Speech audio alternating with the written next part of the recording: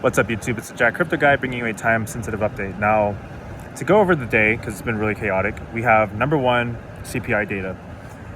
Tomorrow, it's forecasted that, CPI is going to come in a little bit hot, and I think that that's going to I think it's going to spook the market like initially, especially if it comes in like way harder than expected. And I still think it's a lock that we're going to get a rate cut. That's like no question, unless we have like 3.5% inflation, something like that. But I don't really think that's going to be the case. And I think that depending on what Jerome Powell says, like in the next FOMC meeting, there is a lot of rumors that he's going to end quantitative tightening, which basically means they're going to go into money printing. They're going to have cheaper dollars. They're going to stimulate the economy, and that's really good for risk on assets. So I'm going to be on the lookout for that. Now, second, the biggest controversial thing that happened today was obviously Trump pardoned CZ of Binance. And a lot of people are kind of up in arms about this because, obviously Binance has been like the main culprit for the record number of liquidations last Friday.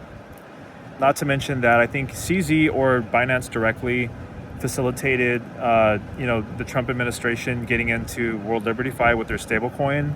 And when basically CZ had to plead guilty and he paid I think it was like $4 billion. I think a lot of it went through the stablecoin on World Liberty Fi. So there's a lot of ties and webs being crossed in that. And it's not a good look. And just people have a bitter taste in their mouth with Binance in particular because, they're not a US exchange. They're not regulated. They've pretty much been suppressing the price, manipulating the price. And they're just the main market maker that are kind of looked at as the bully. And, there's a lot of just different theories, right? Where maybe, Trump or the government's working directly with Binance. Maybe there was some sort of agreement between them to suppress the price, because we know that that's been the case in the past with SBF. I think he was also instructed to keep Bitcoin below $20,000 at some point. So I wouldn't put it past the administration to maybe do this with Binance as part of the plea deal. And so I think that, corruption runs on both sides, every single aspect of life, right? Including stock market or any kind of system to an extent has insiders or just corruption. So, that is the game we play in crypto. And I do think that this is going to be a net positive moving forward just for our prices. So the main thing in crypto is don't get so caught up in the politics of it. Just make your money, change your life, get out. And, I find it hard to believe that, Trump is just going to let crypto go down because he's very prideful and he kind of weighs his success on the stock market. And now that he's running as the first pro crypto president, it's just really hard to imagine that they're just going to let the whole blockchain and crypto go down. So, I don't think that there's much to worry about on that front. I just think that it's going to take a little bit of patience. And if you're, a degenerate leverage trader, maybe don't do that. Maybe do very low leverage if you're going to be messing with that kind of stuff. But we've seen what can happen really quickly.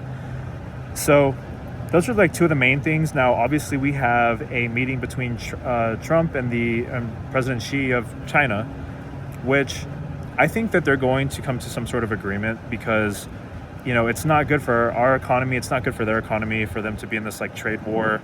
We're the biggest buyer of them. They're the biggest seller. And it's a good symbiotic relationship that I think that cooler heads will prevail in. And I'm just not too concerned about it. I think that all of this is just a massive move to have some sort of plan, right? And I don't think that it's going to end in doom. I think that we're all going to be okay. I think the stock market's going to do well. I think that crypto and Bitcoin are going to do well. Gold, there's different conspiracies about that, but I think gold is going to also continue to rip. And whether that ends up being converted into, Bitcoin or any kind of thing on the blockchain, that remains to be seen. But I still remain pretty bullish. And, I think a lot of people are kind of at a crossroads with especially in this last week, it's is this market really over?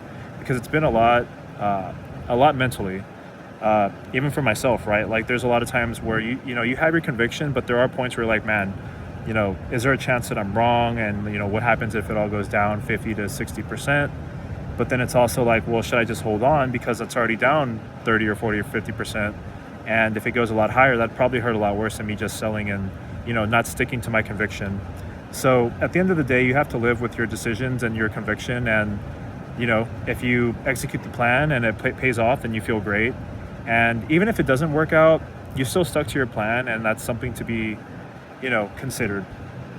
But I am a firm believer that it's all going to work out. So, I'm going to continue to update you guys with what I'm seeing in the market. It's really, really volatile. A lot of crazy news. It's like never a dull day in crypto. So make sure you subscribe, smash this like button, share this video with a friend, and I'll see y'all soon.